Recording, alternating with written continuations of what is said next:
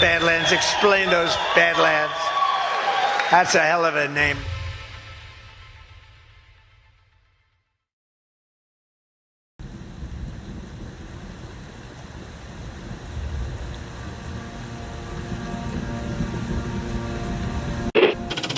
Mr. Vice President, I'm going off script again, I know, but I just want to personally thank you. We've been through some stuff. We've gone through some of the most complex military operations this country's ever conducted, and your steady hand and your leadership during those was a great source of strength for me. Thank you for your leadership. Thank you for your character. Thank you for your selfless service. Thank you for commitment. Thank you for being a mentor to me, Mr. Vice President. It's called the swamp. And you know what happened? And you know what I did? A big favor. I caught the swamp. I caught them all. Let's see what happens. Nobody else could have done that but me. I caught all of this corruption that was going on, and nobody else could have done it. Did I get that one right?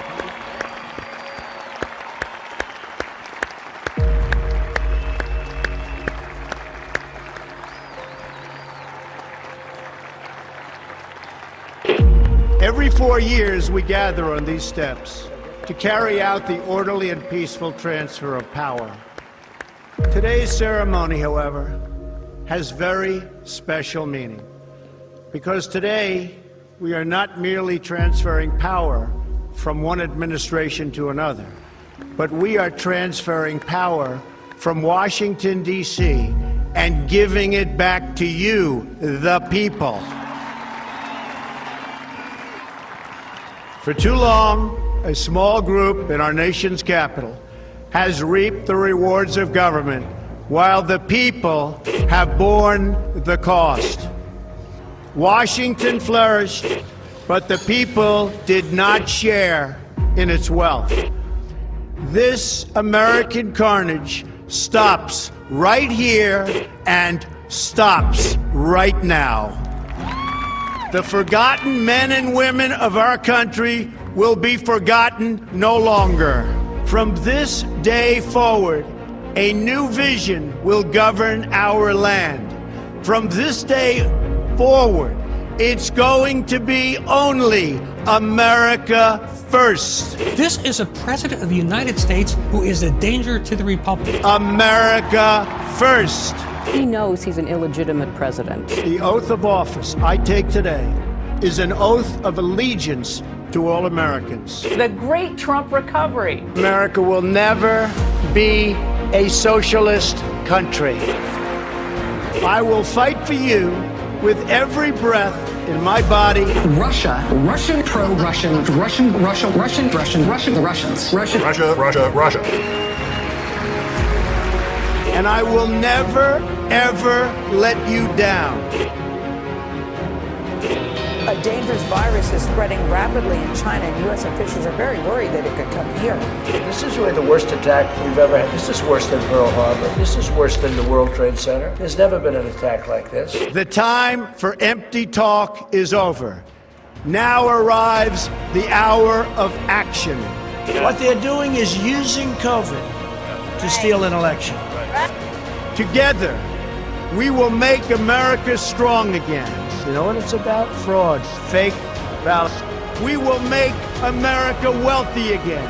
They are trying to steal the election. Now, under the leadership of President Trump, we are fully realizing President Kennedy's prescient view of Special Operations Forces.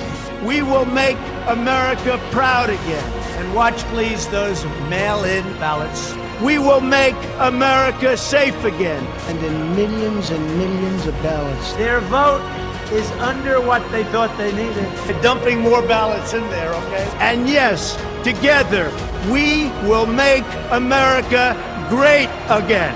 Thank you. God bless you. If we are right about the fraud, Joe Biden can't be president. Congress, the chair declares the joint session dissolved.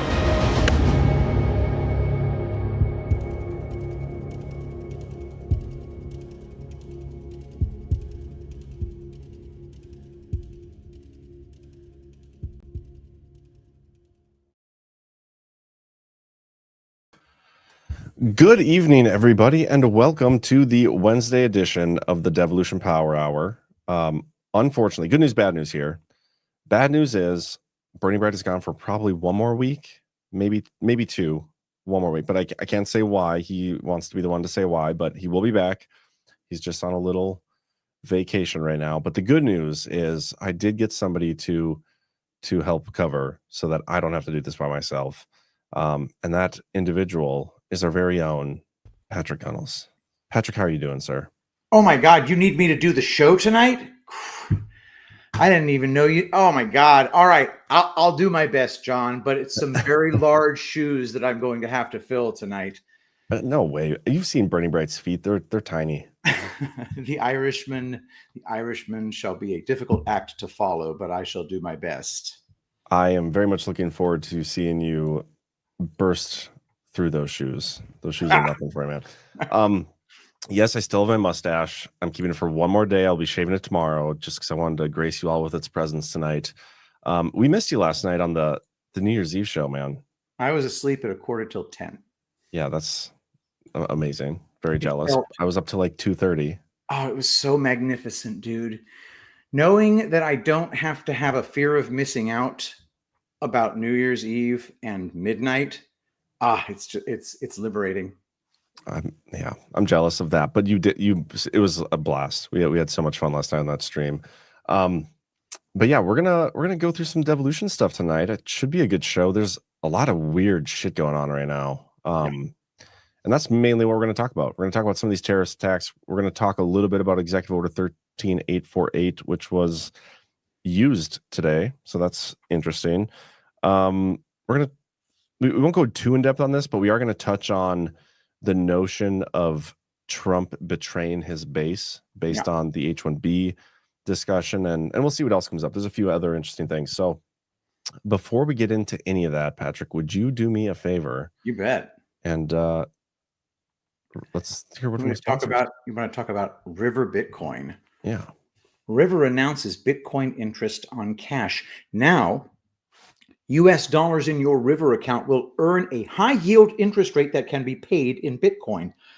With the price of groceries, mortgage, and tuition on a steep rise, people are now looking at a retirement age of 80 instead of 60. And it's all because dollars are losing value at a record pace.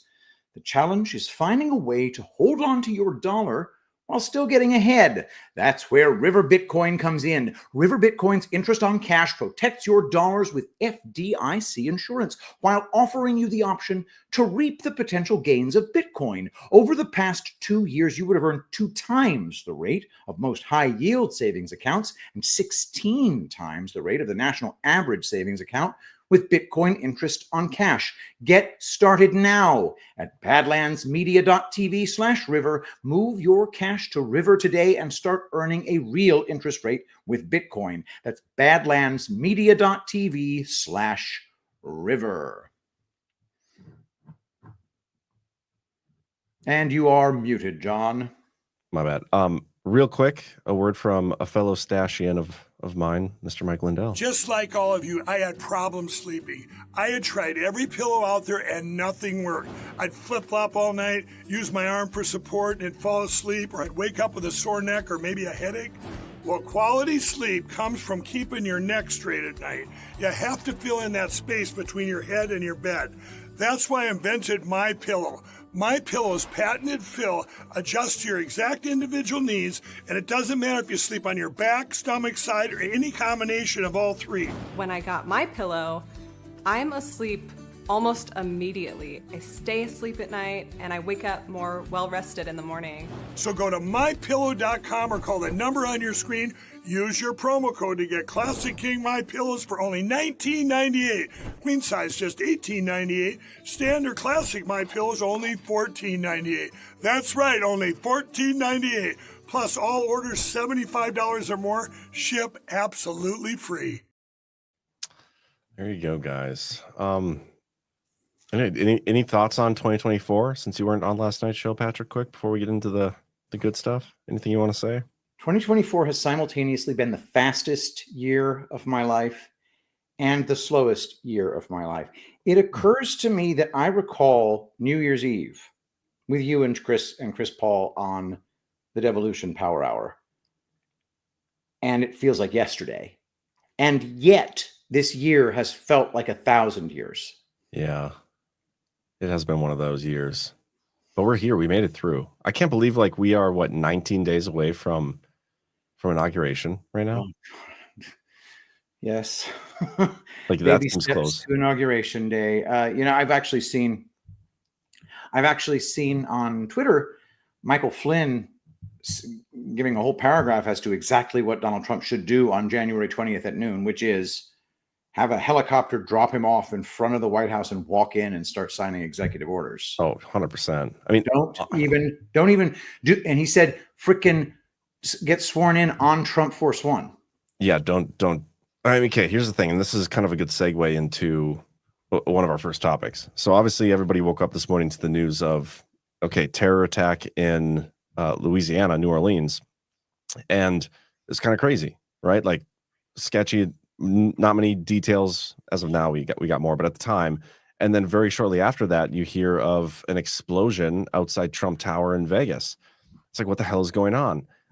And there's an aspect of this and a discussion surrounding devolution I want to have before, or at least at some point. We don't have to do it right now, but maybe as we get into it. But we're heading into this inauguration here. And as we've been saying forever, Trump is like the number one threat to the globalists and the New World Order. They've already tried to take him out with an assassination attempt. It appears they have terrorist cells, or at least that's kind of what we're being told right now, terrorist cells being activated all over the country. I wouldn't do anything. I wouldn't take any risks, no unnecessary risks. And the inauguration on the Capitol grounds or the Ellipse or wherever I don't even know where they do it at. But that to me seems like an unnecessary risk. If I were Trump, I would do it on Air Force One, like you said, and just get right to work. Like, don't risk it for the biscuit. Yeah, it would be a really cool thing to do. It would kind of screw over the people there to see the inauguration. And it's also possible that part of Trump's job is to rally the troops with his inaugural address. So maybe he finds a way to thread that needle. I don't know. Well, I think I saw something. Trump is doing like a rally in Washington on the 19th. And so that could be what he uses to rally the troops. No, here's what I know. I think I would give it only a 1 in 1,000 chance that I will be there. I know that there are going to be some Badlanders there. So if you're going to be there and you're a Badlander, I'd love to hear from you. Email me at pgunnels@gmail.com so that I can like tell all of you that you're there. So I've had some inquiries. Are you going to be at the inaugural? And I'm almost certainly not. But I know that Badlanders are going to be looking for each other there. So yeah, this is what I'm talking about. It looks like a lot of people were posting about this today. Breaking real down on Trump will hold a rally in Washington, D.C. on January 19th, just a day before his inauguration.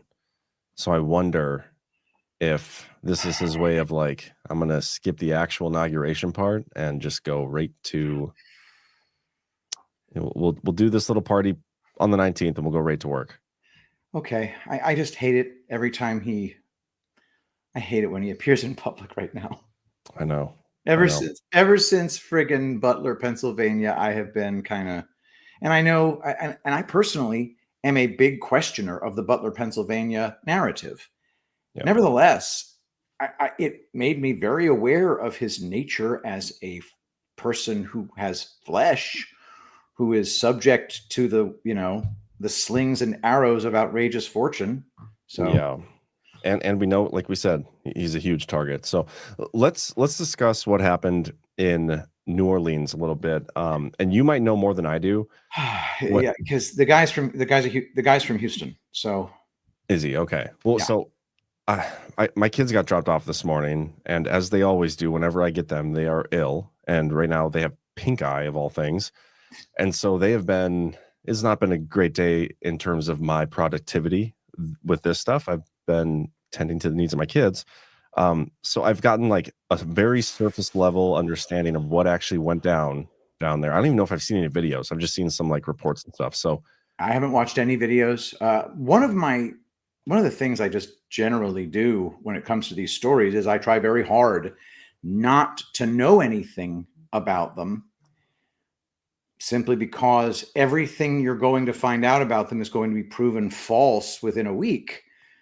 Yeah. However, given the fact that this supposed perpetrator lived about, I don't know, about a 40-minute drive from me, tops, and Houston's a big area.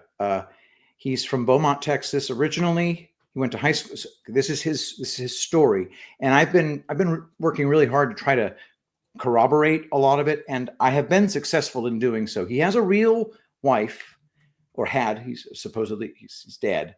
He has a real father. I found him on Ancestry.com. I found his brother on Ancestry. I found his real estate license, although the guy was never really active in real estate. Everything about him indicates that he kind of was a dilettante, but I think he almost certainly existed. I found his wife, found the house he lives in, found all that good stuff. He's a black guy.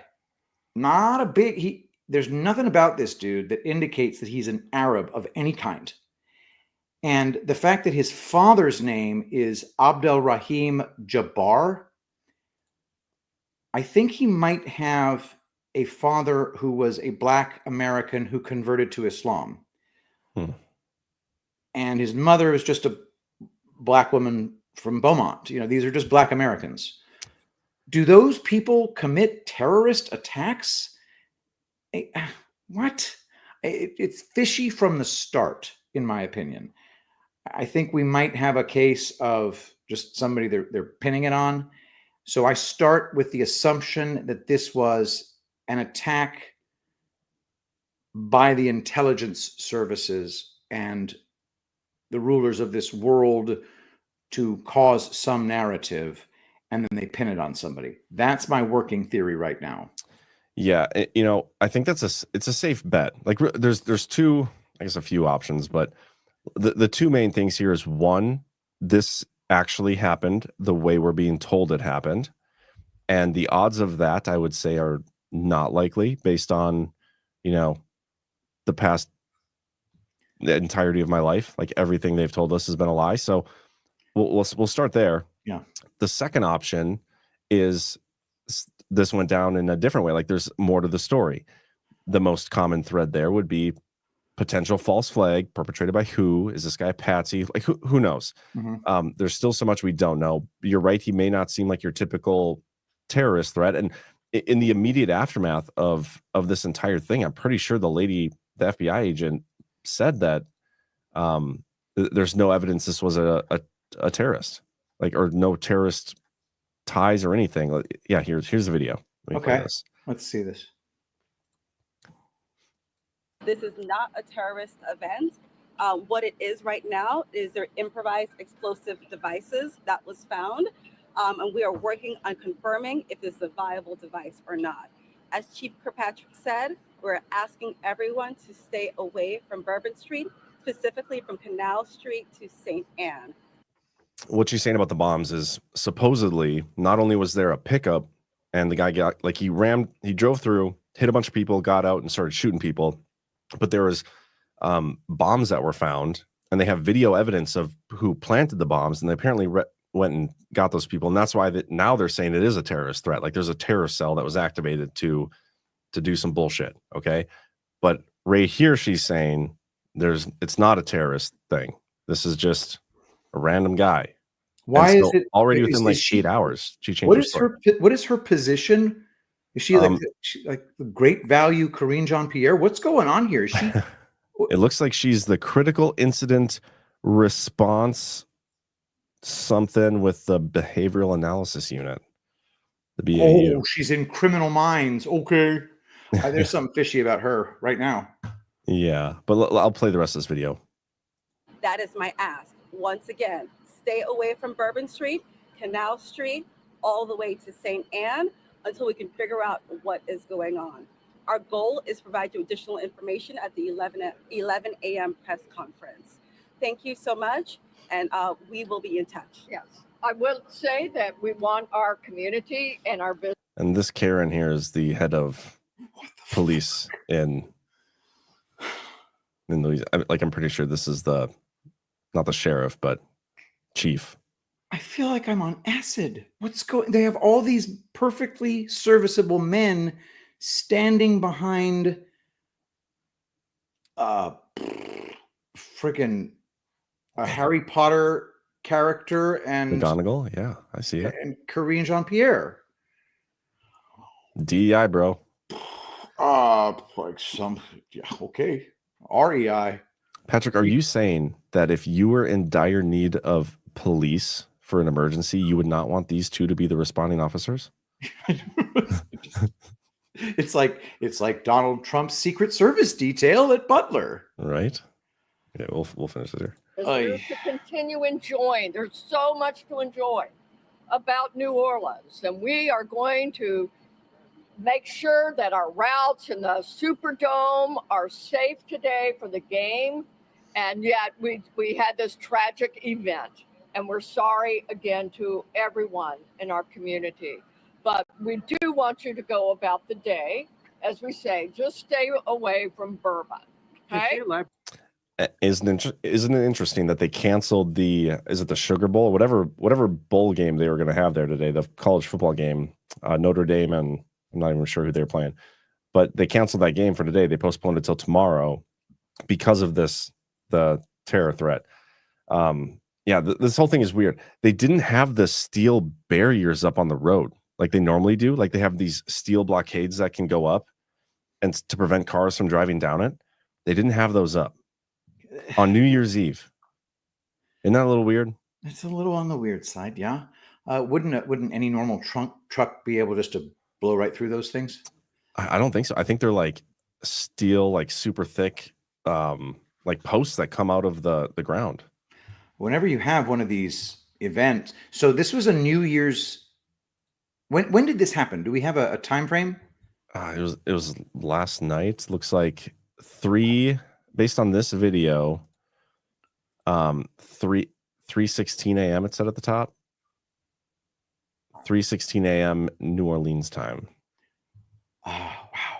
And this is the pickup over here. You can see turning down the road. He's got the big ISIS flag flag that they claim that he had on his truck. It's just too much, too on the nose, too stupid. Yeah, and here I have another video. I think this one. This one, you don't see anybody get hit, but you can see how fast the pickup was going.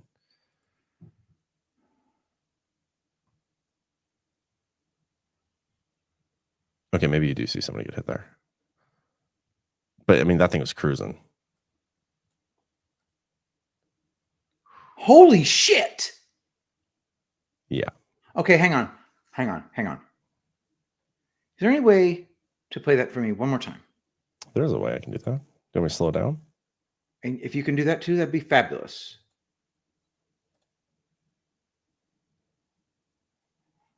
Okay. Watch her run and then simply disappear. Well, she got smoked by the pickup, bro. Okay. Just hear me out. She didn't. I don't know. So look at that. There's her hair. Yeah, okay. I want somebody who knows more than I do about video to look at that real careful, because I think there's a possibility that we are being punked. I think there is a possibility that is a faked video because of the fact that the girl appears to simply disappear rather than what I would expect, which would be to continue to see her body get pushed at extremely high speed and possibly be splattered. Well, I mean, she gets hit like basically at the edge of the frame, and the pickup's going so fast. So I mean, that's fair. It's absolutely fair, and you might be right. I just get a very International Space Station feeling from that girl.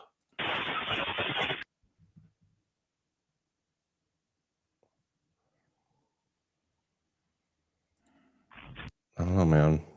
Oh, yeah. Damn. And here's the security camera. Hold on. This is the aftermath. He starts shooting people. So he's like in the pickup there, back there. I believe that's him.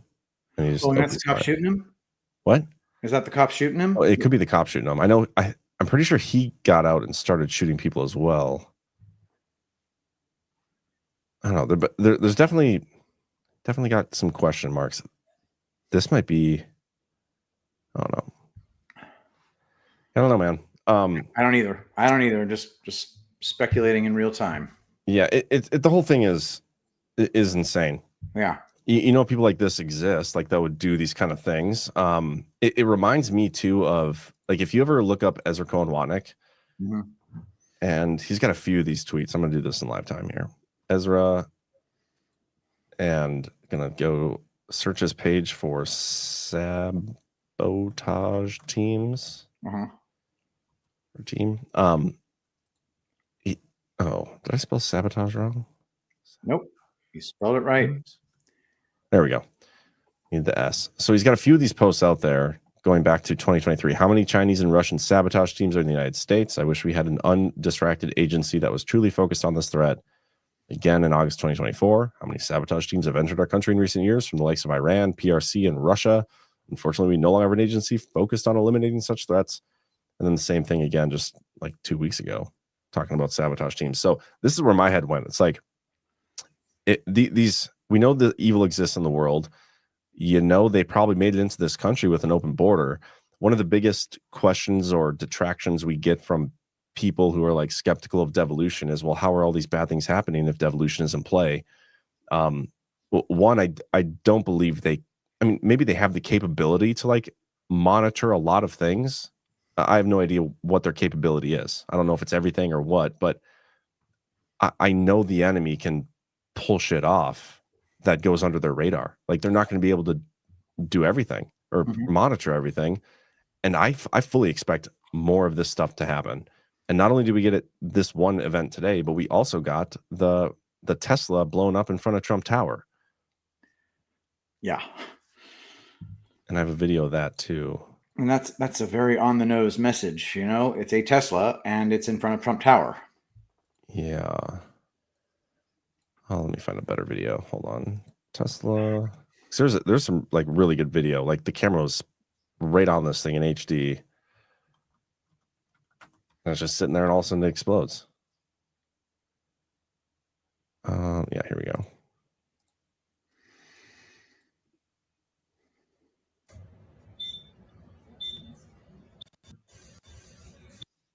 And there's a guy like right there next to it. Let's see what happens with him. I'll slow this down a little bit too.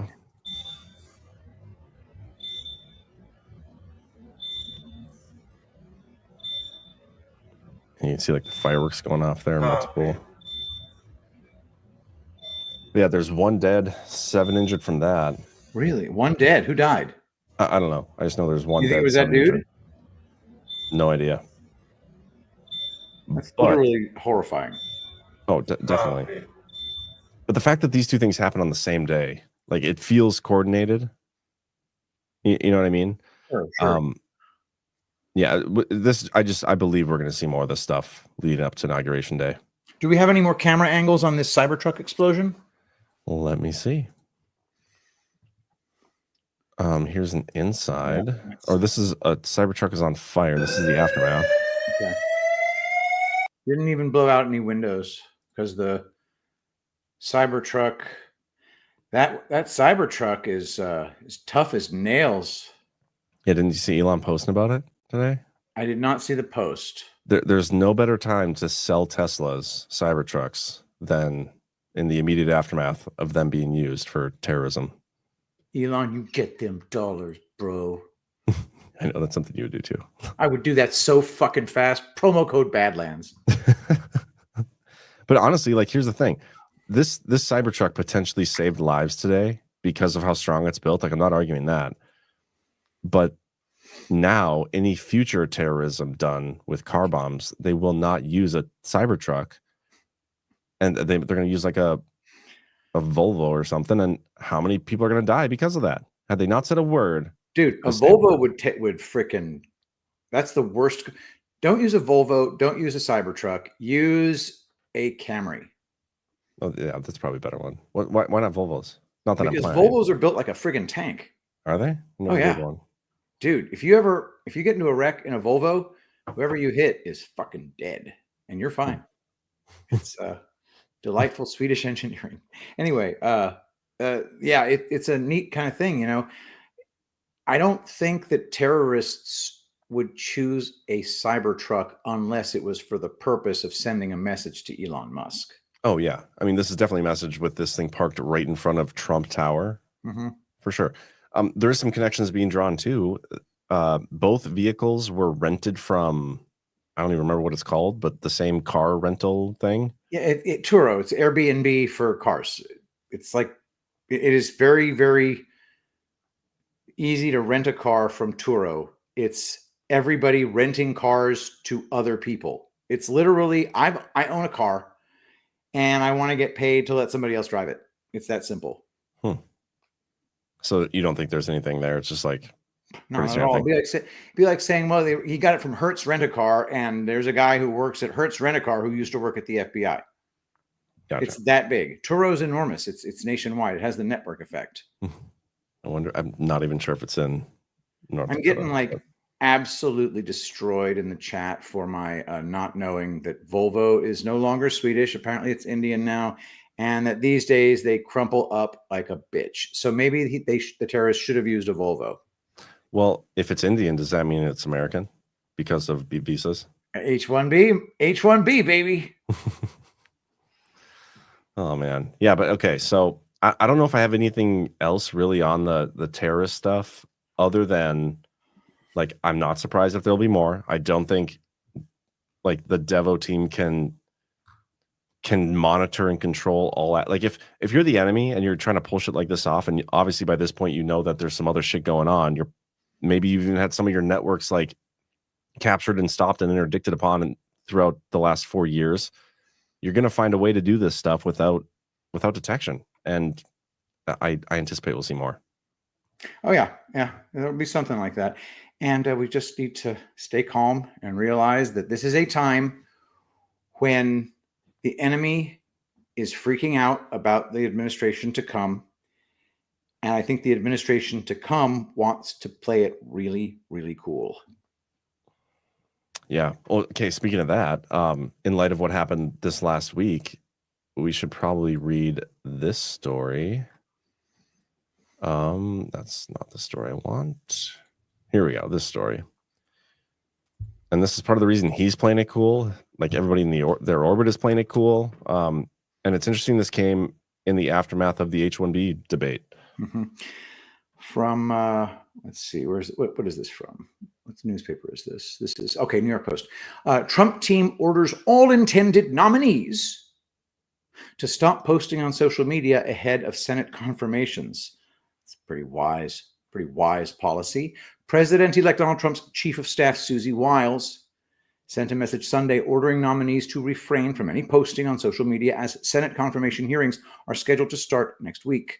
Quote, while this instruction has been delivered previously, I am reiterating that no member of the incoming administration or transition speaks for the United States or the president-elect himself, Wiles wrote in a memo obtained by the Post. Accordingly, all intended nominees should refrain from any public social media posts without prior approval of the incoming White House counsel, she said in the December 29th missive. Do you remember if Joe Biden's cabinet Senate confirmations or nominations, like did those hearings take place prior to inauguration? Okay, what? No, I don't remember that.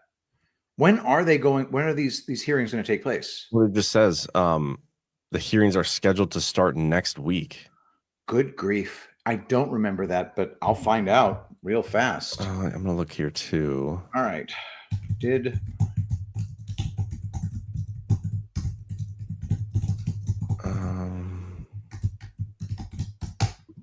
So we got nope. There's confirmation hearings for president-elect's cabinet members, nominees, and other appointees typically take place.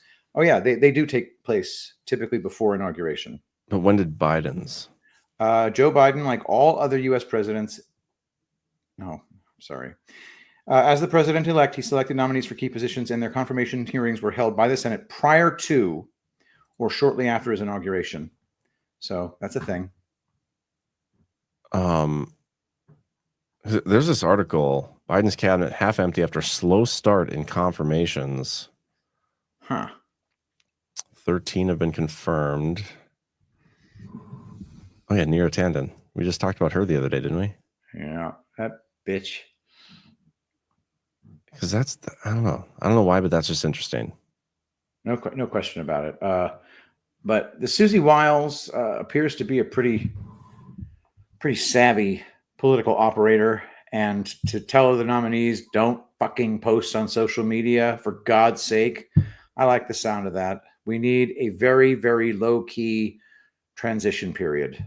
And by the way, the transition period back in 2016, 2017 was very, very low-key. Everything about Trump was, I don't want to rock any boats. I don't want to ruffle any feathers. I want to be real.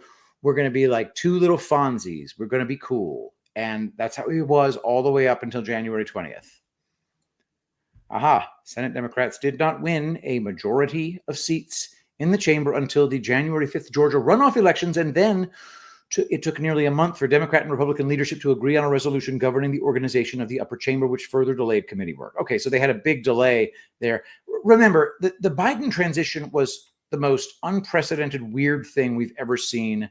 It was the office of the president-elect, followed by the Trump team not giving them access to special operations and low-intensity conflict data, and then the inauguration itself not being attended by the so-called outgoing president, the weather not matching up with the actual weather of that day, nobody being in attendance, everything about it was fake. So that's probably not the world's best thing to look on as a precedent. I know, but that's the point. Like most presidential cabinets, their nominees, the work on that begins before the inauguration. But Biden's was different. It came well after. So that is interesting. And I didn't know that before. This whole thing is weird. But yeah, the new Congress gets sworn in on Friday, the 3rd. The Electoral College vote or whatever, the counting of the votes, is on the 6th, Monday. And we're gonna have to do live coverage for that, but I won't even be available. I'm gonna be in Texas actually for the Bison Frisco game. The Bison playing the championship. I'm going down to Frisco for it. Frisco, Texas. Frisco, Texas. That's just north of Dallas. Yeah. So we'll have to meet up or something. Dude, yeah. When is that going to be? Wow. Okay. Monday. But yeah, so we'll have coverage for that, guys. But it's going to be interesting to see. There's talks about Mike Johnson not getting confirmed. Like there are people that aren't going to be voting for him. Like it's possible we don't have a Speaker of the House by the time we get to January 6th. And there's talk of how that might play out. Did you send me a post earlier about Massey and Johnson? I think you did. I did. And the post was, I think, by DC Drano. Maybe. And I know that Massey is a favorite of people in the Badlands community, some of you. And I think that guy is bad news. I've never been a fan of him. I know there's reasons people like him, and your reasons for liking him are not wrong. Just like I don't think like my reasons for not liking him are not wrong. I don't know. I don't want to piss anybody off. Let's just not go there. But I do want to read this tweet. Okay. Once I get it pulled up on the screen, I just got to send it to my Telegram, and then I don't think it was DC Drano. It was Defiantly Free, whoever this is. Oh, that's right. Insurrection Barbie. Insurrection Barbie. What's an Insurrection Barbie? Sounds like something I should get my daughter. Yes, you should. It's a character on Twitter. She's pretty cool. Okay, let's read this. All right, here we go. So let me just make sure I understand this. Kevin McCarthy, who literally lied to everybody in the House of Representatives and agreed to a set of rules and then went back on all of them, got a pass from Thomas Massey. He voted no on the motion to vacate. Thomas Massey also voted yes to increase the debt ceiling in 2023 when Joe Biden needed it increased. But now that it's Speaker Johnson not keeping his promises because Donald Trump endorsed him. Thomas Massie is a hard no. What's the difference? Kevin McCarthy didn't keep his promises. Kevin McCarthy did the same thing, but arguably worse than Johnson. That was okay. When are people going to realize that this has nothing to do with the principled conservatism and everything to do with not liking Donald Trump? Have you ever seen Thomas Massie campaign for Donald Trump? Guess what? He endorsed Ron DeSantis, and then he fought really hard to get him elected in the primary. I love having principled conservative values in our representatives. What I'm not doing is pretending that people whose decisions are about going against Donald Trump are principled conservatives. So tell me how his actions when Donald Trump was not president, now when Donald Trump is president, make sense to you. I mean, spot on. Beautiful. It's a great post. Yeah, it really is. And Thomas Massie, he's the guy who's allowed to win every single time in his district with a massive, massive margin. He reminds me of another principled conservative libertoid type. And that was a guy named Justin Amash. Is he still in there? No, he got removed. He lost his election. Did he really? I think he's going to try for Senate, and I really hope that Michiganders remember what he did. But Thomas Massie can't get primaried. Thomas Massie is spot welded to that seat in a way that only the powers that should not be can make it. And I don't believe a word that ever comes out of the guy's mouth. He always has some pretzel-like contortion that he can put himself into to say that what he did was because of my Constitution, and I don't believe him. Yeah, I mean, this is just one of the reasons. The DeSantis thing really like kind of exposed him to me, but I've never liked how he, like, it'll be like, oh, there's all these issues with Congress, and he'll be tweeting all day long and all these things, and then, like, if you ask him a legitimate question, he won't respond. He'll block you, but he follows like fucking everybody on Twitter, but only engage with the ones that which I mean, I get, everybody does that, but like you're making all these points and saying all these things, like, what are you doing? Just go actually introduce a bill that does something about it. Instead, he just like votes no in defiance of everything. Nothing actually ever gets done. But anyway, where was I going with that?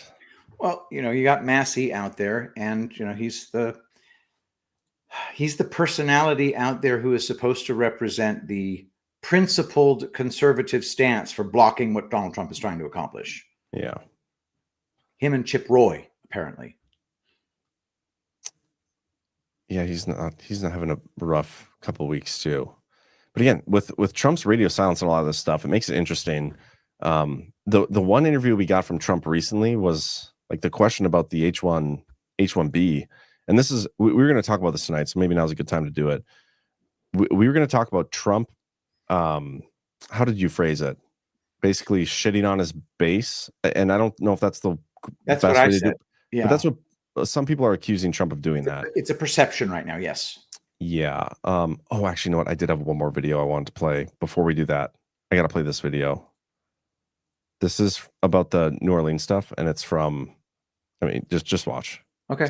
Now from New Orleans is Republican Louisiana Senator John Kennedy. Senator, thank you very much for taking some time out for us. We know that you're very busy talking with law enforcement on the ground. There are a lot of folks in this country tonight that are afraid of what's happening in New Orleans. And I know that you're trying to get answers tonight as police search for other potential suspects, possible co-conspirators tonight. By all accounts, with this new surveillance video we have now, with what we're learning from police, this sounds to be some sort of sleeper cell, a terrorist cell on U.S. soil. Is that what you're hearing? Well, there's a fine line between anger and grief, and I'm pretty much straddling that line right now. If you don't believe in objective evil, all you need to do is go walk about 30 or 40 yards that way. I'm here for two reasons. Number one, these are my people, and these are my people's guests. Number two, I don't want to hear from anybody in the federal government that they don't have resources. Now, the White House, the FBI, Justice, Homeland Security are in charge. We're cooperating with them. I want to give them a reasonable period of time. There's a lot of information out there. Some of it is actually true. I want to give them a reasonable period of time, but they need to saddle up and ride. We need to find out what happened here, and it's not going to be covered up. We're going to tell the American people exactly what happened, and that's why I'm down here. Yeah. We know a lot more than what's being reported, Aisha, but they are in the middle of an active investigation, and I don't want to do anything to screw it up. Okay. But I'm also not going to let them take the pressure off. Okay, got it, Senator. You did promise transparency earlier in the press conference that you took part in this afternoon. Are you getting the sense that the FBI had been tracking this suspect, or are you getting the sense that they perhaps somehow missed this? I can't answer that. I can't answer that, but I shouldn't. Did you hear that? I can answer that, but I shouldn't. I'm going to replay the question again. Yeah.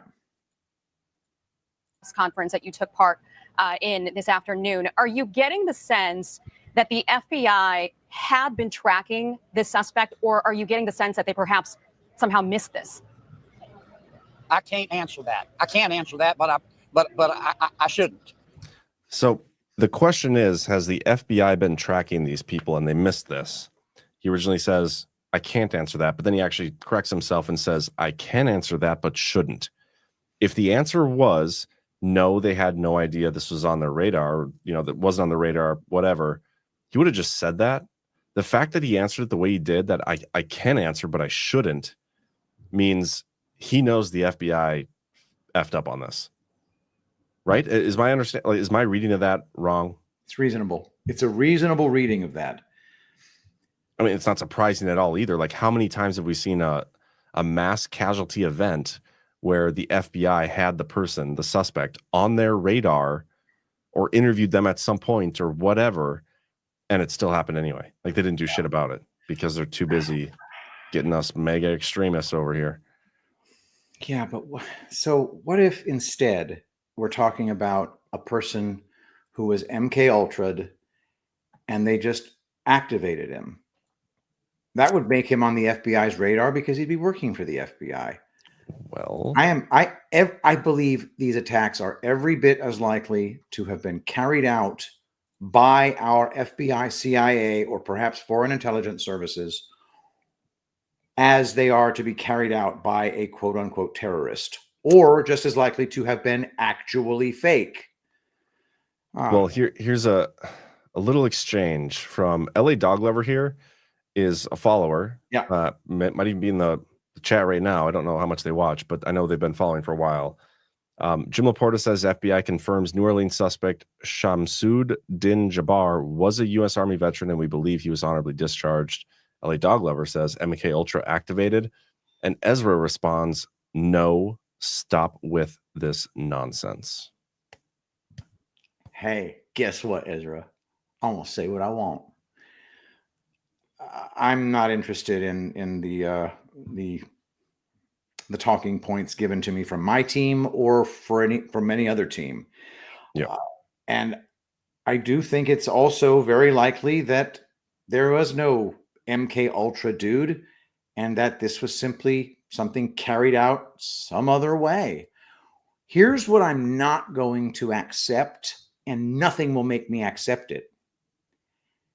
That people of the Muslim faith hired by bad guys in the desert are killing random pedestrians and that we need to go to war over it.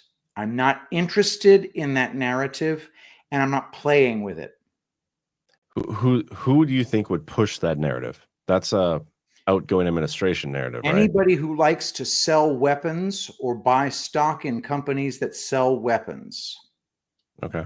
So uniparty. Yeah. Establishment.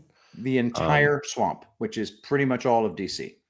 Yeah. I don't know. It's just, it's weird that they would try to, like, it's weird to me to think of them trying to go to war over something like this when we have two ongoing wars that they've been basically participating in or trying to by sending money for 4 years. Like, just go do one of those things. Like, just go try to do that. Yeah. I don't know. This seems more This seems more Trump related than anything, just because of the timing to inauguration and the coordination, and obviously the explosion outside Trump Tower. Like, this is clearly they know that Trump is taking office soon, and are they trying to cause chaos? Are they trying to, I don't know, foment something? Like, Maybe. what is it? I don't know, but Trump has pulled a disappearing act. Yeah. Really think about it. The only appearance he makes, he's incredibly down. He's very low key. He's saying the kind of stuff I would expect him to say during one of his meetings with the Senate, where he yeses everybody to death. He's done that before. He just tells everybody on all sides, yes, whatever you want, we're going to do it. Yeah, we're going to do it. Totally. Yeah, you get your clean bill. We'll legalize them all. Yes. He does that sometimes. He says yes to everybody. I've seen him do it for stuff he has no intention of saying yes to. He's in the middle of a deal. He's working a deal right now. He's also trying to appear like the reasonable guy. And we're going to see that all the way up until January 20th, and it's going to drive some of us freaking nuts. And I've decided to be completely at peace with it. Yeah. There were I think he had a Truth Social post on this, and it's really the only comment he made. Oh, that's interesting. Bowser met with Oh yeah, that was a Trump. while back. Oh, this is just a few days. Oh, so has he not had any posts about the? He posted about it. He did. There it is. Yeah. Read this one. Trump on Truth Social. This was, I guess, 9:48 a.m. Eastern Standard Time. When I said that the criminals coming in are far worse than the criminals we have in our country, that statement was constantly refuted by Democrats and the fake news media, but it turned out to be true. The crime rate in our country is at a level that nobody's ever seen before. Our hearts are with all of the innocent victims and their loved ones, including the brave officers of the New Orleans Police Department. The Trump administration will fully support the city of New Orleans as they investigate and recover from this act of pure evil. What criminals coming in? This guy was born here. Yeah, I don't get that. This guy was born here. I'm pretty sure his father was born here. I don't think this guy has a single drop of foreign blood. I don't know. But there were others arrested or something from this. Maybe they got the wrong fucking guy. I don't even know at this point, because if they're going to say this is a criminal coming in, this guy was born in Beaumont, Texas. His mother was probably also born in Beaumont, Texas. I haven't found her birth certificate yet. This is the guy. Yeah, that's supposedly the guy. Good evening. I'm Shamsuddin Jabbar, property manager with Blue Meadow Properties and team lead at the Midas Group at Core Realty. I just want to say hello and let you know a little bit about me. So I'm born and raised in Beaumont, Texas, and now live in Houston. And I've been here all my life, with the exception of traveling for the military, where I spent 10 years as a human resources specialist and IT specialist, where I learned the meaning of great service and what it means to be responsive and take everything seriously, dotting I's and crossing T's to make sure that things go off without a hit. Good evening. Okay, first of all, that's no foreigner. Second of all, looking at his face, I could see how he might be half Arab, and his dad might just be a regular old Arab. But he might not be. I don't know. What I do know is that that's a dude with an American accent, and there is nothing about that dude that seems like he would ever give me a break. It's not hanging together for me. MK Ultra, okay, maybe, but more likely something carried out by terrorists working for the intelligence services and then pinning it on this poor bastard that they probably killed. I don't know. I'm just throwing ideas out. But what I don't accept is that he's part of some foreign sleeper cell that got activated. I will not accept that. Yeah. I don't know. I don't know. I mean, it's not even been, 24 hours yet. We always preach the 72-hour rule. Oh, of course. And so we're definitely going to get more on this. And the story's going to change probably multiple times before we actually get 3 months from now, when we get a report from a FOIA request from the FBI or something about what actually went down here, we'll know more. So The best advice I could give is to keep your head on a swivel. Just, I don't know, guys. They are looking to cause as much chaos as possible before Trump gets in there. Just be careful. Yeah. Like if you're from North Dakota, don't go to like Texas for a football game or something. That's probably a bad idea. When are you going to this football game, John? Now I don't know if I want to say because terrorism. No, I haven't actually booked my flight yet to come down, but the game is Monday. So probably gonna come down Sunday. I have my kids still Sunday. Wait, so Monday, but I thought you were gonna be in Dallas during the inauguration. No. I'm gonna be down there like less than a week. Oh, okay. This coming one. The game is on the 6th. Gotcha. So I'm down there during the counting of the electoral college vote. Gotcha. The electoral. Yes. Sorry. Okay. And I'll be flying in on an undisclosed plane to an undisclosed airport and staying at an undisclosed location. Oh, dude, I'll come up. I need to come up and say hi. Yeah, you do. I already talked to Matt too. I think he's gonna. Well, Matt lives there. Yeah, he'll be around. Okay, well, we were gonna read something. He said, okay, Dan Scavino posts 19 days. So somebody in chat just said we need to look at Dan Scavino's post on it, but I don't know what he's talking about in particular. That would cause me to. Never mind. All right. Pretty sure. Oh, yeah. Okay. One more thing I got to show you. Do you remember this? I do indeed. Isn't that weird? That's a little weird. Yeah. This is like 2 days ago. This person tweets, this Cybertruck is on fire. Oy. Elon retweets it. And then 2 days later, there's a Cybertruck on fire. Good grief. By the way, that paint job is fucking badass. Oh, I know.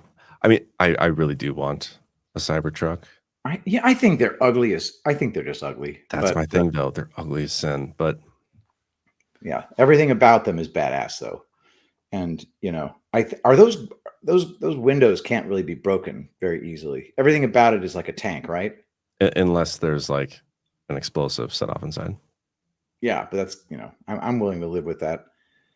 Yeah, they're pretty bulletproof. I've heard. I just wish they. I don't know. They just look so. Like, are they going to come out with different designs to this thing? Do you know? No, or is it going to look like this forever? It's going to. It beats me, man. I'm just waiting for them to come out with the Roadster. Oh, Not you're that going I'm gonna get one. It's a $250,000 vehicle, but I want to see them on the road. Yeah, because the thing about like these are. I mean, they're expensive, but they're not like unreasonably inexpensive, aren't they? Like you can get one for like $60,000 to $80,000 or something. Yeah, I think I'm not sure. It's just not in the cards for me because it's too big and honking, and I'm not. What am I going to do with that thing? I don't know. Drive it. Haul your lotion in it. It's true. You could have a crossover SUV for that. You could put lotion, like instead of there where it's lava, you could put rainfall. Instead, right. like coming out of the cracks of the ground. Speaking exactly. of that, do you want to talk about? As a matter of fact, I do. My friends, I'm really, really excited because epicminerals.net is now offering colloidal silver with humic and fulvic acids in a world of environmental stressors, including electromagnetic toxicity. Your body deserves natural protection and support. That's why we created Epic Minerals Colloidal Silver with humic and fulvic acid spray, an advanced formula for total wellness. Colloidal silver has long been trusted for its ability to neutralize toxins, support skin health, and promote overall balance. It doesn't stop there, though. Recent theories suggest that it may also provide a natural defense against electromagnetic exposure, helping you to thrive in today's connected world. To supercharge its benefits, we've added humic and fulvic acids, nature's most powerful bioavailability enhancers. These organic compounds ensure that the silver and the nutrients are absorbed efficiently so your body gets the full benefit. Whether you're restoring cellular balance, supporting your skin, or seeking resilience against modern stressors, this convenient spray is your natural solution. Don't settle for less when it comes to your health. Visit epicminerals.net and discover the protection and vitality of colloidal silver today. Go to epicminerals.net. Use promo code BADLANDS for 10% off. We just released the product, so grab it while supplies are available. Promo code BADLANDS for 10% off every time you do that. 25% of that sale goes directly into an account that pays Badlanders salaries. So support Badlands by shopping at epicminerals.net and using promo code Badlands. There you go. And hit that thumbs up, everybody. By the way, yes, I do. Like people are saying in the chat, the sheriff is saying the Cybertruck stayed intact, all these things. I know, like they are freaking tanks. My point I made earlier was, one, Elon has definitely capitalized on that, which if any business owner selling a product would do the same thing. I totally get it. I just think it's kind of funny, which is why I posted about it. But also, you cost lives, because future terrorism will not use Cybertrucks, and countless lives will be lost because of it. So, wouldn't have said a word about it. Yep. But the legacy media, by the way, Elon Musk is posting, "You don't hate the legacy media enough. Media headlines are misleading audiences, suggesting the Cybertruck caught fire or exploded due to a malfunction." Is that what it said? Yeah. So we have MSN.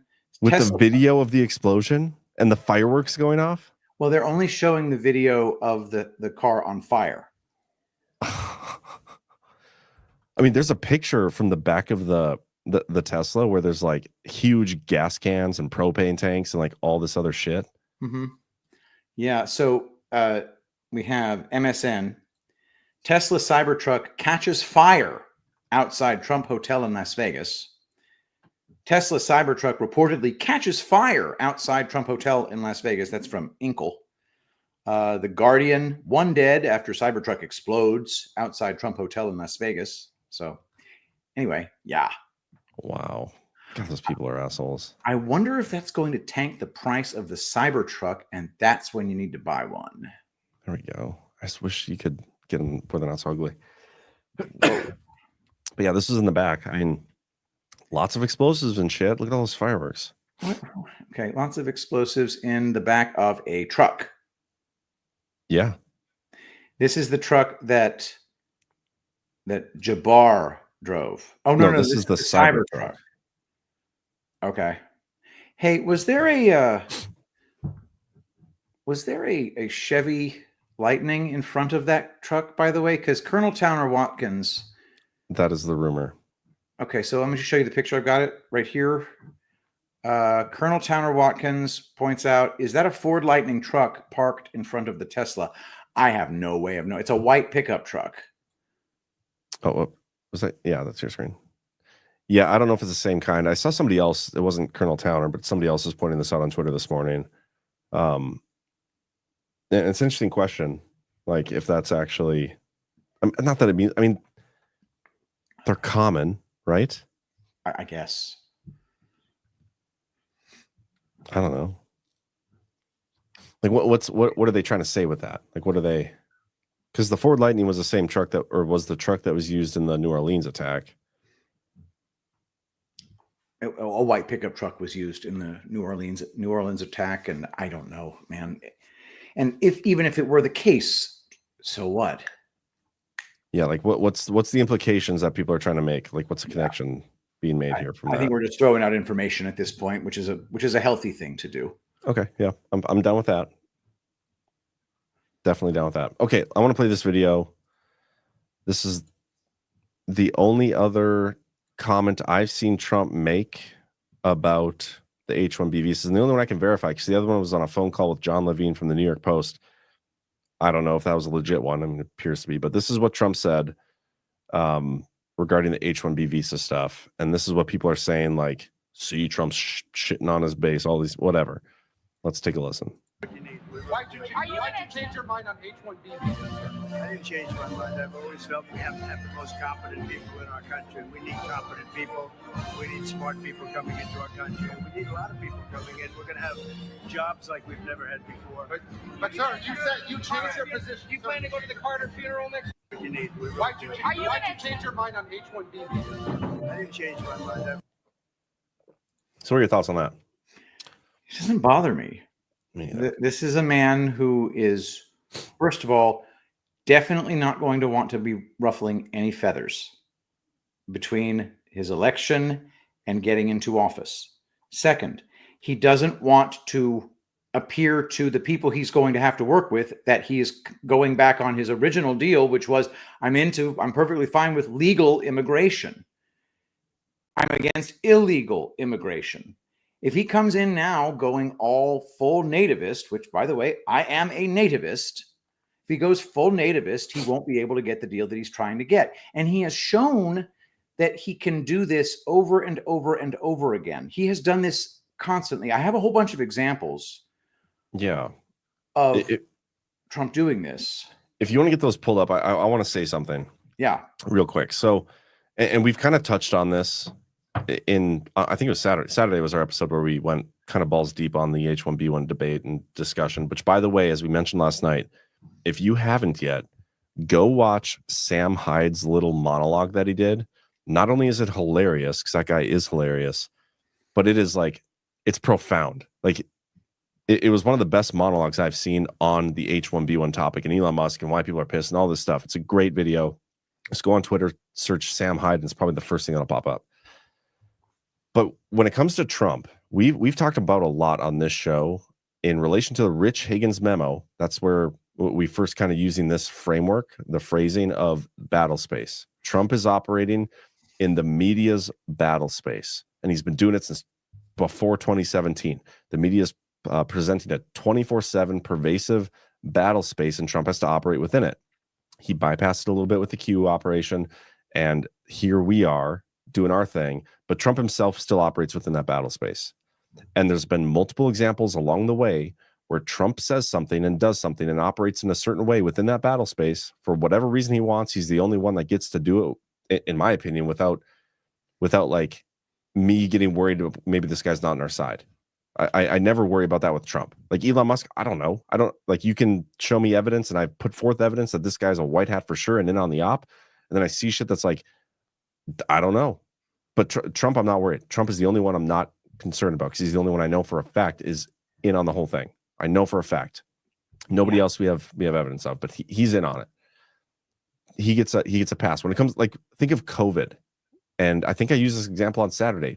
During COVID, Trump operated and said things and pushed things and vaccines and all these things, and every single one of his base disagreed with him. But didn't matter. Like, he's still who we thought he was and is who he is. It's kind of the same thing with this, like this topic. I view this in a very similar line as I did the COVID stuff. He's saying these things. He doesn't got a lot of heart to it. He's not like going out of his way to talk about immigration and all these things. He's saying it because he has to, because he's being presented with a battle space in which he has to respond a certain way for whatever the ramifications are. Absolutely. And this is what we're getting. The fact that there's an enormous normie contingent that has been hearing us in the MAGA movement saying it's always about legal immigration. If Donald Trump goes and turns on a dime and says, no, H-1B, we abolish that too. Fuck it. Let's go. It's a little much. Kind of like if Trump had said vaccines are poison. By the way, they are.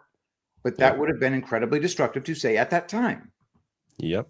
And even like the timing of, I don't think Trump has to worry about anything at this point. But here's the thing. You said earlier, and Chris says all the time, like, he is publicly negotiating all the time. And we're not even aware of who he's negotiating with, what he's negotiating on. But he needs to get all of his Senate confirmations through. Like, what if there are certain confirmations tied to stuff like this and stuff with, like, who knows? But he's going to operate this way. But I fully expect at some point, Patrick, like before he leaves office, if not only will the H-1B stuff be reformed, I wouldn't be surprised if we see a full-on stop to it for a period of time, if not forever, because of the corrupt nature of it. Not that we don't want like these 0.1%. Like, those people can come if the companies pay a tax for it, the employment tariff, whatever. Yeah, you could make H-1B a great program. You could make it a great program tomorrow by simply, you could enact the reforms that that Nicole Shanahan has proposed. What were those? Basically, just make sure that it is costly, just like you mentioned. Make sure it's costly to bring in a foreigner instead of an American. If it truly is, you just can't find an American to do that job and we got to have that job done, okay, then you'll pay a nice big fat premium for it. And then when they're done with that job, or you find an American who can replace them, you send them home. Or, this is freaking crazy. This is going to sound so crazy. Their IT, they can work from their own home country. You ever heard of Zoom? What? So there are a whole bunch of answers for this. Totally agree. But I have a small list of things that kind of give I want you me... to go through that. Yeah, go through that list. But Okay. No, I'll say my comment for after. All right. 1, the Syria missile strikes of 2017.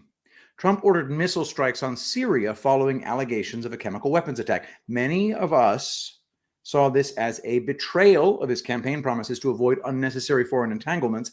However, some argued that it was a calculated move to assert strength on the global stage while avoiding prolonged involvement in Syria, which, by the way, did come to pass, and there were no casualties from that attack. 2. Hold on. Was that the same Syria bombings that Victor talked about? Yes. Where he bombed like the Russian... No. Are you talking about Deir el-Ezzor? Yeah. No, that's totally different. That's not in Syria, though? Deir el-Ezzor is definitely in Syria, but this is a completely different operation. Okay. 2, appointment of establishment figures. Trump appointed figures like John Bolton as national security advisor, Reince Priebus as chief of staff, which some supporters, like me, viewed as catering to the establishment. Later, it was suggested by some that these appointments were strategic to keep establishment factions in check while he pursued his broader goals. Priebus was chief of staff? He was the chief of staff when Trump was inaugurated. That's right. Mm-hmm. Oh, this guy, yeah. That guy was a total douchebag. And then, he had to use the Scaramucci model to get rinsed penis out. Rinsed penis. That's what we called him. That's funny. 3, the First Step Act. The bipartisan criminal justice reform law was criticized by some conservatives as being soft on crime. However, supporters saw it as a strategic outreach to minority communities, aligning with Trump's broader goal of expanding his base and addressing systemic inequities. And then this is a big one, DACA.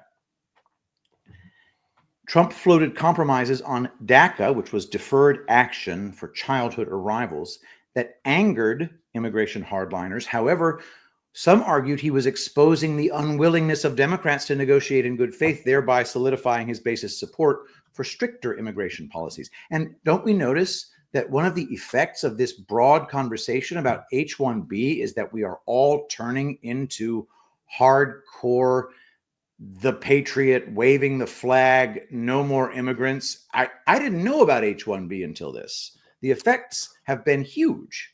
Didn't Trump rescind DACA, though? I don't remember. I mean, I'm pretty sure he ended DACA. Well, that makes it even better. Yeah. Huh. Number 5, endorsement of Kevin McCarthy and RNC loyalty. Trump often supported establishment Republicans like Kevin McCarthy and Mitch McConnell, despite their lack of alignment with his outsider brand. Supporters argued this was necessary to maintain leverage within the Republican Party while working to reshape its core. And finally, of course, COVID-19 response to vaccines. His promotion of Operation Warp Speed to develop COVID-19 vaccines was divisive among his base, particularly among vaccine skeptics. However, this was later framed by some, including myself, as an effort to undercut prolonged lockdowns and preserve economic stability. This is just historic with Donald Trump. This is how he works. It's the feedback loop that Cliff High used to talk about. Like and maybe he still talks about it. It's the feedback loop. Like Trump will say things and see the reaction and get the reaction, and he puts this stuff out there for the debate reasons, and then he'll just kind of like drop it. Like I haven't heard him talk about the vaccines in a long ass time. I don't even remember what the switch was. Once he became the nominee, he pretty much stopped talking about vaccines, which is interesting. But yeah, I personally hope we have more of these like hot button issues surface, and debates like this are so healthy.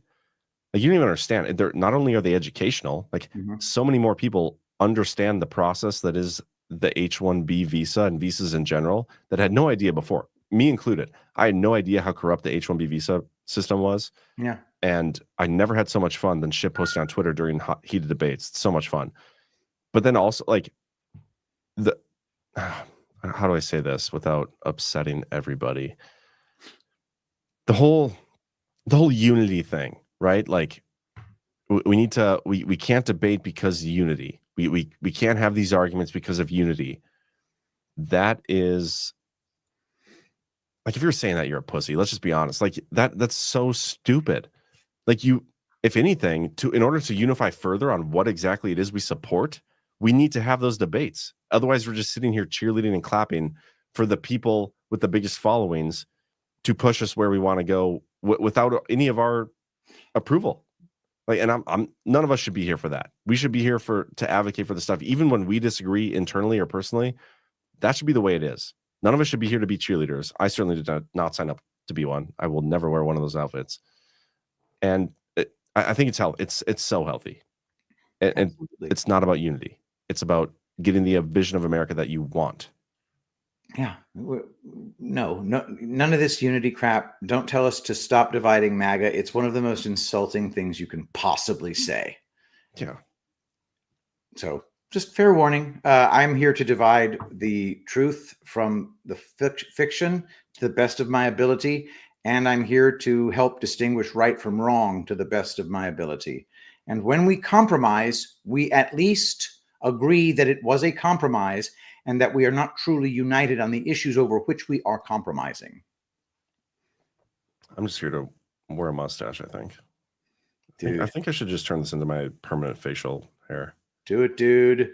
But you got to grow the things down the sides. The handlebar? Mm-hmm. Is that what they call it? Okay. The thing is, like, and this is genetic, but my dad, my brother, like my family, we can't grow this one spot like right around here. That's closed. And so it wouldn't look great. I would have to grow this top part really long and then like comb it down. And if it was ever got windy, it would just look weird. I can't grow facial hair to any significant degree. Really? I've never seen you with facial. I've never seen you or Ghost with facial hair. What I can do is I can stop shaving and then I will look homeless. And that's kind of as good as it gets with me. But it never turns into a beard. Remember in Irvine when you purchased clothes that made you look homeless? Like, why? That was I feel like the looking of homeless is not. That was a caramel covered overcoat. It was gorgeous. And everybody just thought it made me look homeless because it made me look like the friggin' wet bandits from Home Alone. Yep.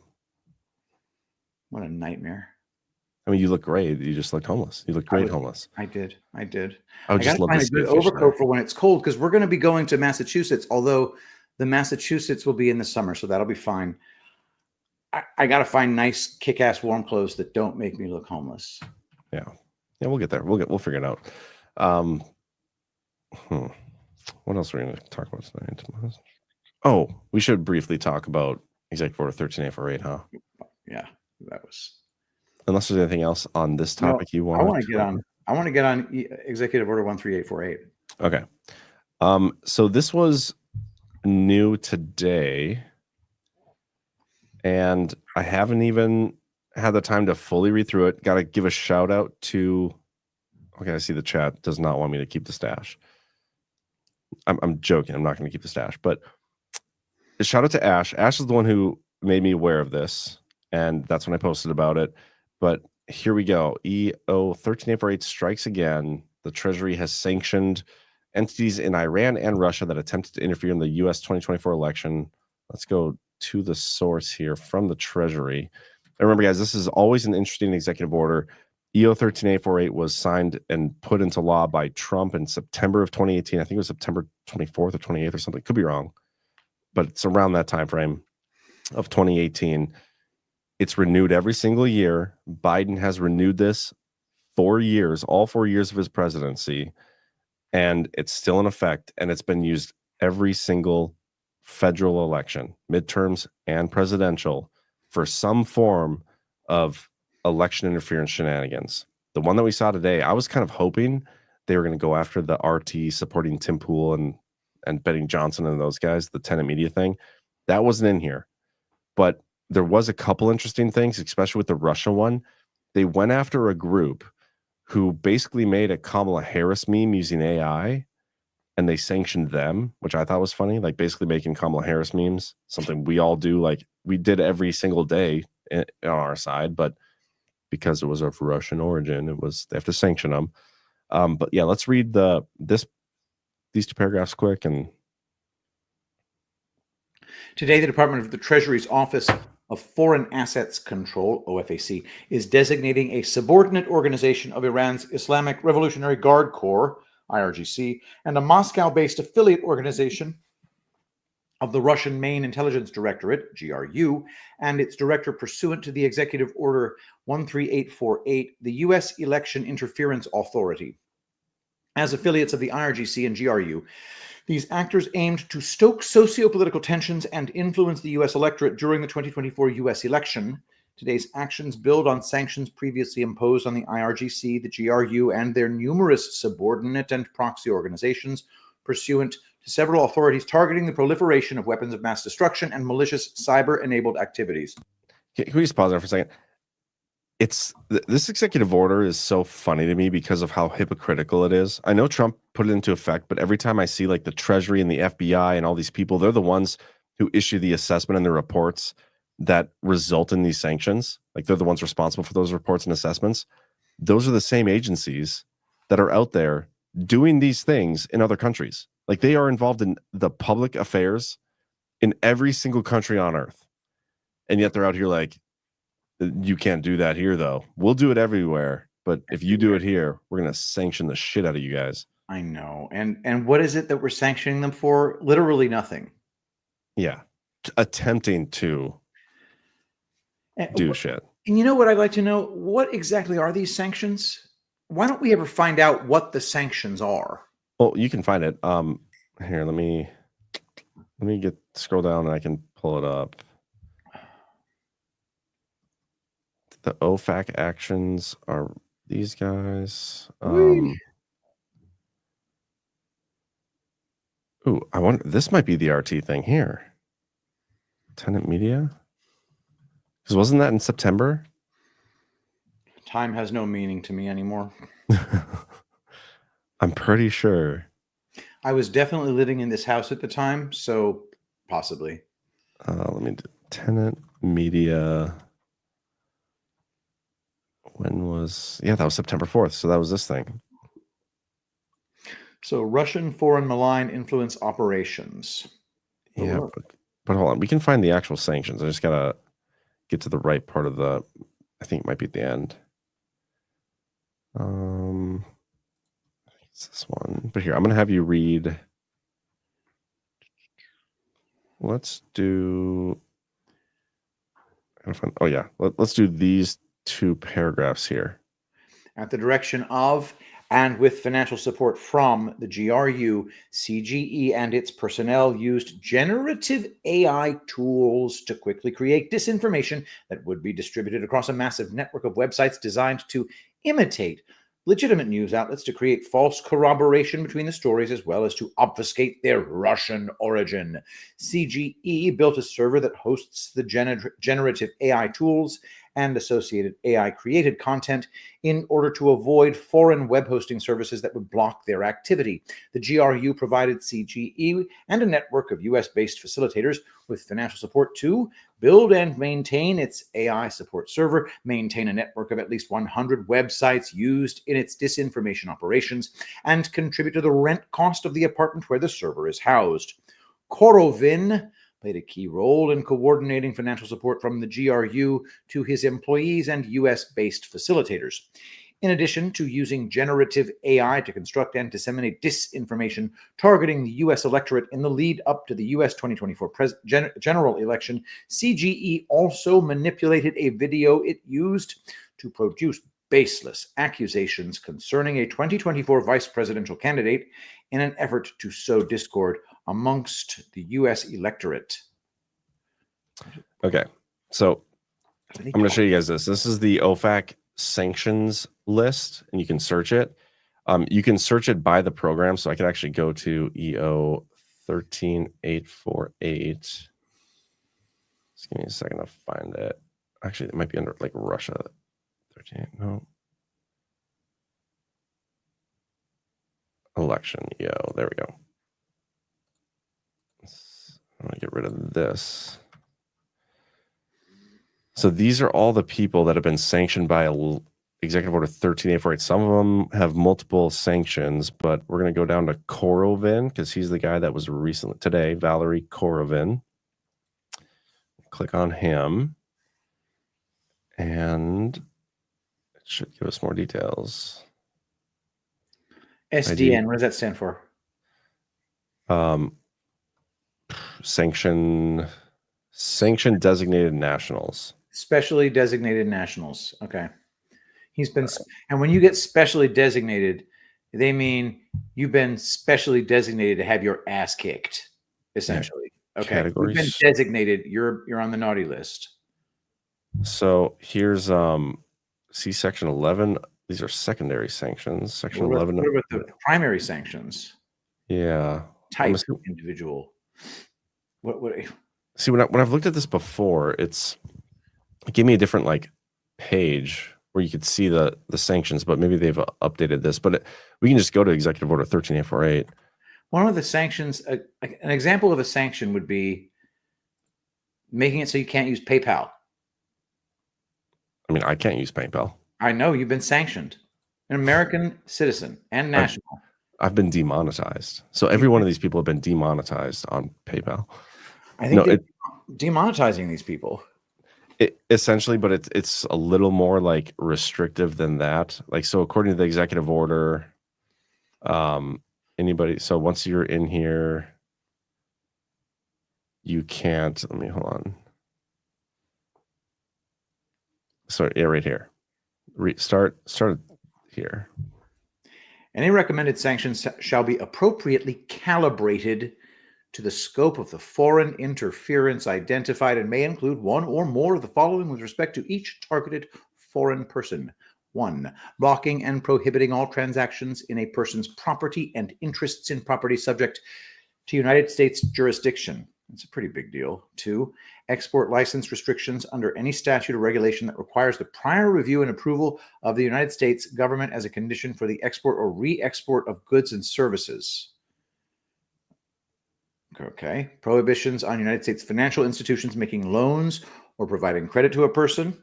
Restrictions on transactions in foreign exchange in which a person has any interest. And these people, I mean, in their own countries, they're subject to U.S. banking shit because U.S. banks are everywhere, right?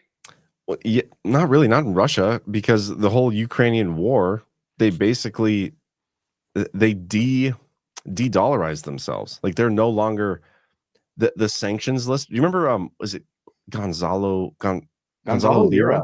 Yeah. The guy he's the journalist who died.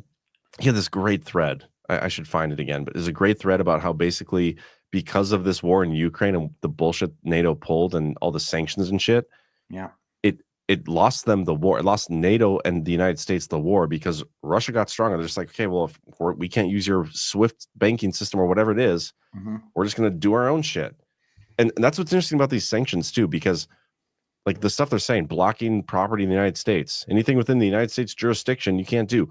Anybody with a computer can, by the definition they put forth, influence an election. Like any Russian in Russia who banks on all Russian shit and does all their finances in Russia, gets paid by Russia, whatever, they just need a username and an account, a profile, and they can, by definition, influence elections in the United States based on what they're putting forth.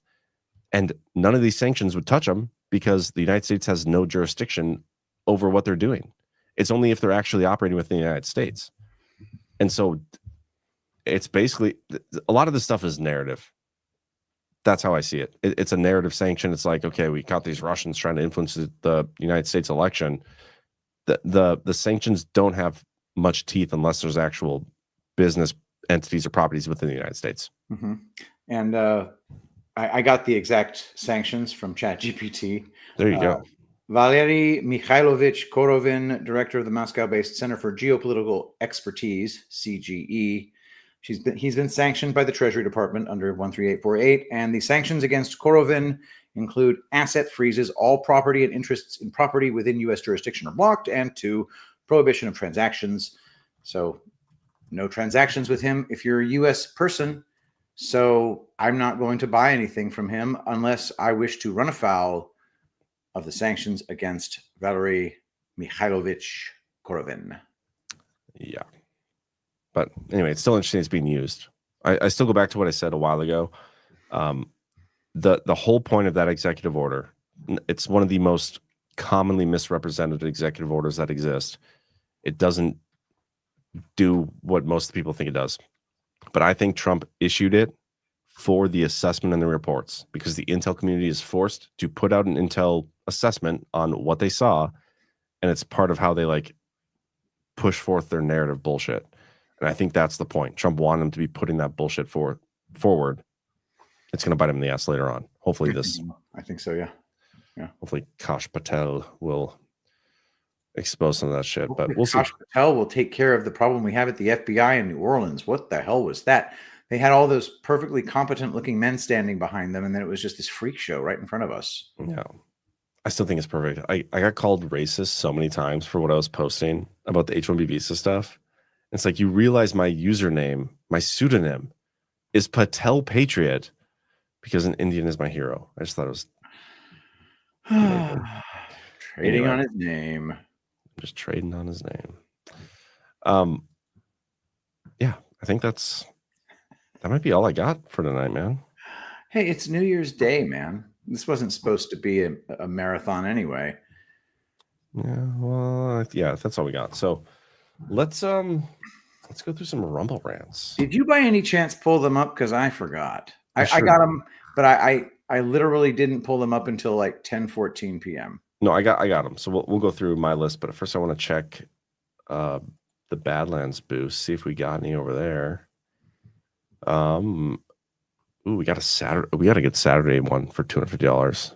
And for Wednesday. One for each. You guys are awesome. So from Lionheart 777, we'll be reading this again on Saturday because a total of $500, $250 each show. Nice. Merry Christmas and Happy New Year's, guys. Apologies for so long, by the way, boosts. Wife had a stroke beginning of December and flipped our universe upside down. By the grace of God, she's doing better each day. Thanks so much for all you guys have done. AOG. Wow, man. Sorry about your wife.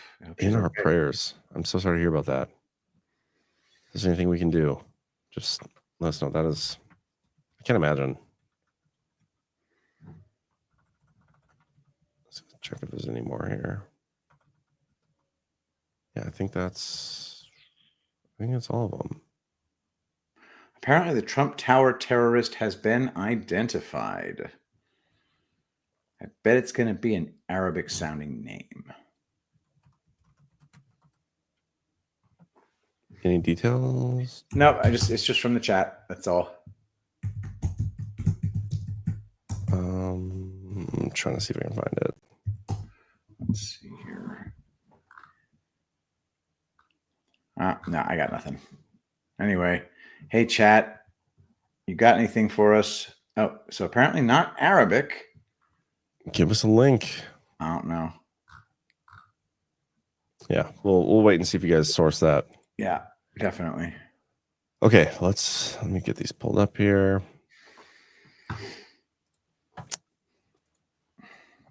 Can you see those all right? I surely can. L. Wirtz 2001 is now a monthly supporter, and again, a monthly supporter. Thank you so very much. $5 Poso for Hope. We enjoyed the time of your Patrick flicks last night. Great way to ring in the new year at P. Gunnels. Time of your life, Patrick Gunnels, Poso for Hope. What are you talking about? Patrick flicks? We showed a couple of the Green Star videos of you. One was the one where your biceps, And it's funny because it's actually, I guess, the thumbnail on YouTube for the show last night is. Let me see if I can find that because it's super funny. Love that worked out that way. But then we also showed the one where your rant compilation. Oh, yeah, check this out. That's the clip from last year's New Year's party. Damn, that's the thumbnail. Is that on YouTube? Of course. God Yeah. bless you, Susan Wojcicki. Oh, unless she's dead, in which case, oh, thoughts and prayers. $5 wedged gravy. I'll be there. How can I help? I don't know, but beware. I think January 20th inauguration. Oh, inauguration. You know what? Yeah, because a friend of mine was asking who is going to be there, and so just help by emailing me, and I'll forward her your contact info. $50. Eleanor 2000. Thank you, John, and the entire Badlands Media team for brilliantly carrying us through the last 4 years. Grateful for all of you and Chatlandia. Thank you, Eleanor 2000, for the very generous super chat. Thank you. $5. Donna Mom 69 bucks for BB challenge. I missed him last night, and now I have to miss him again. He'll be back soon. He'll be back soon. He's making the world a better place. And you'll be very understanding of why he was gone. And you'll be very pleased. That's all I'm going to say. $1 Namster, P. Gunnels 1, FBI Houston and the Harris County Sheriff's Office are currently conducting law enforcement activity near the intersection of Hugh Road and Crescent Peak Drive in North Houston. I saw that. Thank you, Namster. $1 Keith O'Higgins. I heard that driver in New Orleans was transitioning at the time and hopped up on female hormones. That explains the horrible driving skills. Was he also on his period then? Oh, he must have been. Thank you. And then $10, Folsom Gal. My friend's son had 2 friends. One died, one in critical condition, spleen removed. Prayer services tomorrow in Baton Rouge. My daughter's friends were in New Orleans. Boyfriend has video of comp getting shot. Okay. One died, one in critical condition, spleen removed. Prayer services tomorrow in Baton Rouge. Oh my. Folsom Gal. Email me at pgunnels@gmail.com for any particulars that you can send to me. I would really appreciate that. It really helps us investigate this stuff. Thank you so much. $5. Ravalan. Ancestry does not post the names of living people publicly on their family trees. Once notified that someone has died, they take some time to change the publicly available data. Ravalan, I can promise you that that's not true. But maybe not on their family trees. I wouldn't know. I'm not even looking at family trees. I'm looking at birth certificates, death records, marriage records, census records and stuff. And they post the hell out of all that stuff. But thank you very much for the super chat. $1 Keith O'Higgins. Can we tie an exploding truckload of dildos in front of Hyatt Hotel to Rabbi Shmuley and J.D. Pritzker? I disavow that, Keith O'Higgins, but thank you for the super chat. I don't know who Rabbi Shmuley is. He is a sex toy selling rabbi who promotes degeneracy, and I personally think there's a possibility he is a double agent because he just makes the Jewish population look so terrible. And so I think it's on purpose, but I could be wrong.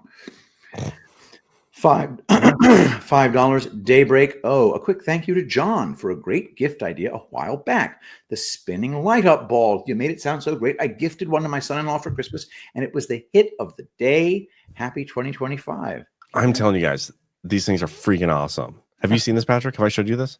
I have them. Yeah. Oh. I got a couple for Christmas. Well, my kids did. Badlandsmedia.tv/orb.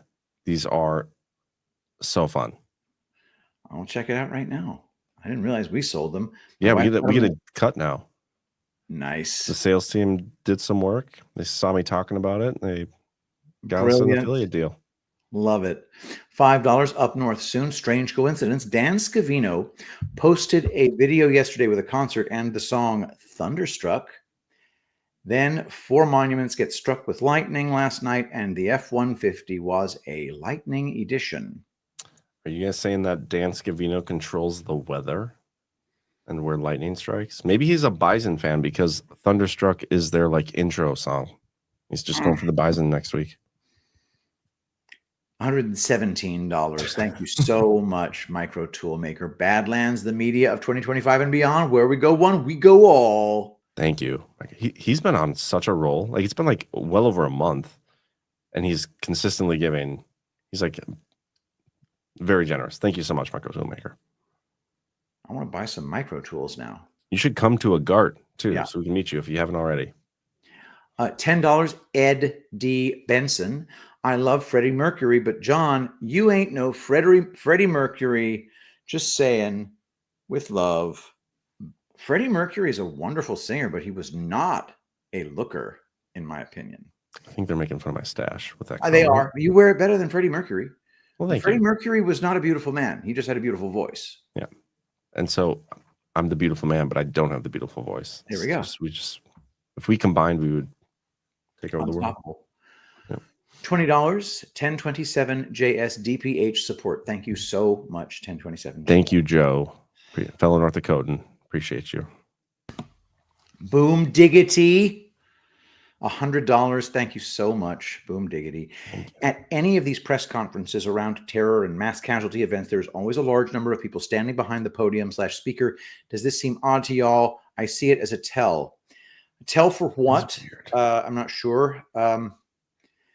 I don't know what to say about it at this point. That press conference definitely looked like bullshit. Yeah, I don't get that either. Like you have these huge press conferences and you have one person speaking, but then you have like 40 people behind them. Like, what are the other 40 people for? I don't know. To indicate that they're the actual FBI. But thank you for the rant, Boom Diggity. And I know Boom Diggity, I'm pretty sure last night gave like 50 subscriptions, gifted 50, like a bunch of subscriptions. So holy crap. Thank you. If we missed any gifted subscriptions during this show, just want to say thank you. Yeah. You guys' support means a lot. $1, Keith O'Higgins. You guys should rent this Cybertruck for Zach's Vegas wedding. Instead of a sign saying just married, it could say just marred. I love it. Good one, Keith. I don't get it. Talking about the Cybertruck that just blew up. Oh, just marred. Very nice. $1, Keith O'Higgins. Rinsed penis sounds like the name of Alpha's warm water workouts. Well done, sir. That's funny. Have you seen those? No. Oh, we were making fun of Alpha last night because he's doing the cold water plunge challenge thing. Ooh. In his backyard pool at like 55, 60 degrees. Where does he live? In Southern California. Oh, that's not that bad. No. So he's like taking videos of himself like hopping in his pool when it's like 70 degrees outside. It's like, bro, that's no. It's incredibly unpleasant. I would not do it, but he's not going to get any street cred from real. Like he's not going to get any street cred from Quinny. Yeah, I made so much fun of her last night. Shit, like you people up there in Psycho Land with your death-causing cold rays. Now that's impressive. Yeah, like Minnesota. Shit. Yeah, I'm not. I'm pretty sure North Dakota is colder than Minnesota. We have less trees. Ooh. More wind, but yeah, that's why I was making fun of Alpha last night quite a bit on the New Year's Eve stream. $1, Data 12. How come DiResta and the Hoffman gang were not prosecuted under the law? They framed Republicans as Russian. They posed as Russian. The outcome was their wish. Democrat bots got away. All right. Oh, you missed this one, Diana D. Right. Oh yeah, $11. Diana D11. Early in the Cybertruck days in Austin, I was on the highway beside one missing a whole fender and the bumper dangling off on that side. Bulletproof must only be the premium trim package. Thank you. $1, Cam Cooksey. Too long for the show, but the world needs to burn this into their memory. Link in YouTube. John's going to take a look at it. $1, Data 12. How come DiResta and the Hoffman gang were not prosecuted? Oh, I already did that one. Yep. $1, AH13. New Orleans vehicle running over people. The Las Vegas Tesla truck blow up in front of Trump Tower and now is shooting in New York City. Are these the false flags? I feel like shootings in New York City is not uncommon, but the rest very much. Oh, wow. So. Oh, Micro Toolmaker. Another 117 from Micro Toolmaker. Thank you so much. We'll come to the next Cocoa Beach Gart if you have another one there. Aren't we having another one there?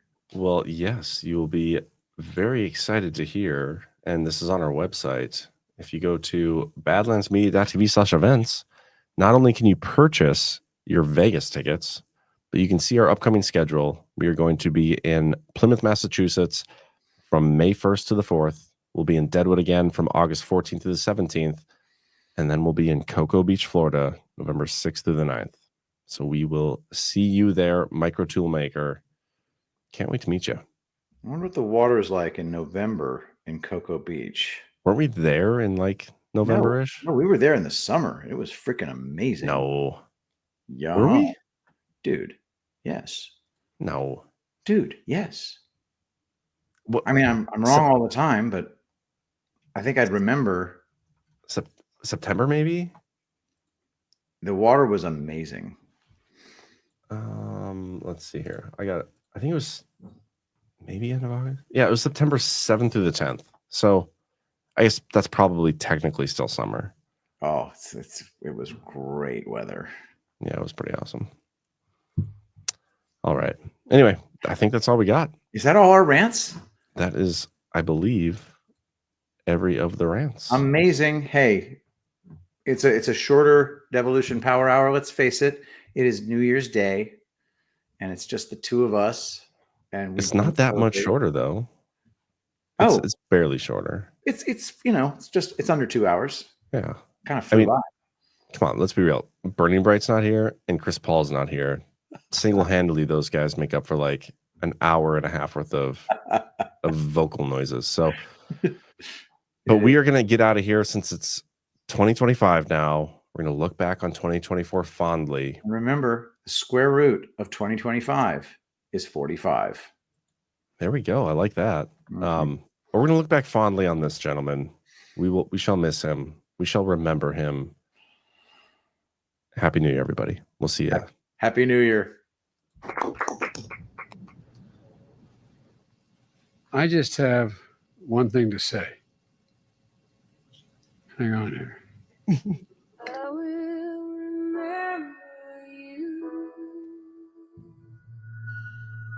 Happy birthday to you.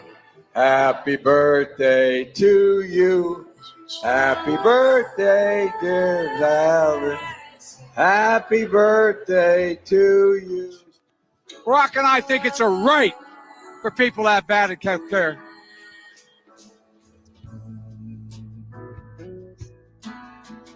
God save the Queen, man. It's all within our power. We'll teach Donald Trump a valuable lesson. Don't mess with the women in America unless you want to get the benefits. My grandpa was named Ambrose Finnegan. His kitchen table I learned. Well, it is what it is because he was who he is. That's why it is what it is. True international effort to pressure, isolate, and punish China. Donald care. Donald Trump thinks health care. Get off your golf course and out of the sand bunker. Well, I'm sick and tired of smart guys. COVID has taken this year, just since the outbreak, it's taken more than 100 years. Look, so you go ahead and you stack spaghetti sauce at a store and in a supermarket. You control the guy or the woman who brings out the carts on a forklift. What happened? I mean, think about it. More lives this year than any other year for the past 100 years. Even Dr. King's assassination did not have the worldwide impact that George Floyd's death did. I look forward to introducing. I would have already done it had not had the death. George had not been held up against that curb. Poor kids are just as bright and just as talented as white kids. We have to do more than just build back better. We have to build back better.